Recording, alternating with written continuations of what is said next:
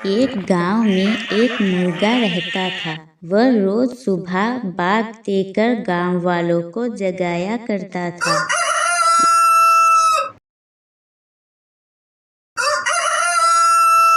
एक दिन एक गीदड़ कहीं से घूमता हुआ गांव में आ गया। जब उसने मुर्गे को देखा तो उसकी लार टपकने लगी।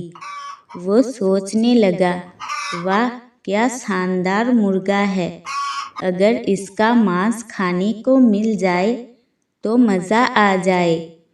वो तरकीब सोचने लगता है ताकि किसी तरह मुर्गे को दबोचकर पेट पूजा कर सके। उसने मुर्गे को बहला फुसलाकर अपने काबू में करने का प्रयास किया और उसके पास पहुंचकर बोला, मित्र, मैं तुम्हारी आवाज़ सुनकर तुम्हारे पास आया हूँ। तुम्हारी आवाज़ बहुत ही सुरीली है, कानों में मीठी सी घुल जाती है। मन करता है दिन भर सुनता रहूं। क्या तुम एक बार मुझे अपनी सुरीली आवाज़ सुनाओगे? मुर्गे की कभी किसी ने इतनी प्रशंसा नहीं की थी। वो गीदड़ की बात सुनकर मुर्गा खुशी से फूला नहीं समाया और उसे अपनी आवाज़ सुनाने के लिए जोर जोर से करने लगा।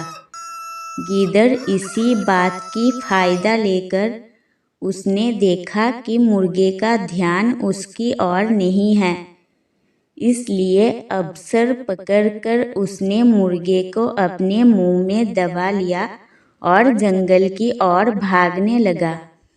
जब वो जंगल की ओर भाग रहा था, उस समय गांव वालों की दृष्टि उस पर पड़ गई। वो लाठी लेकर उसे मारने के लिए दौड़े। गीदड़ डर के मारे और तेजी से भागने लगा। मुर्गा तब तक उसके मुंह में दबा था। तब तक उसने उसके चंगुल से बचकर निकलने का एक उपाय सोच लिया था। वो भागते हुए गीदड़ से बोला, देखो गीदड़ भाई, ये गांव वाले मेरे कारण तुम्हारा पीछा कर रहे हैं। वो तब तक तुम्हारा पीछा नहीं छोड़ेंगे जब तक तुम उनसे ना कहो कि मैं तुम्हारा हूँ, उनका नहीं। ऐसा करो, तुम उन्हें बोल दो। गीदड़ मुर्गे की बातों में आ गया और पलटकर बोलने के लिए अपना मुंह खोल लिया। लेकिन जैसे ही उसने मुंह खोला, मुर्गा उड़ गया और गांव वालों के पास चला गया। इस तरह अपनी चतुराई से उसने अपनी जान बचाई।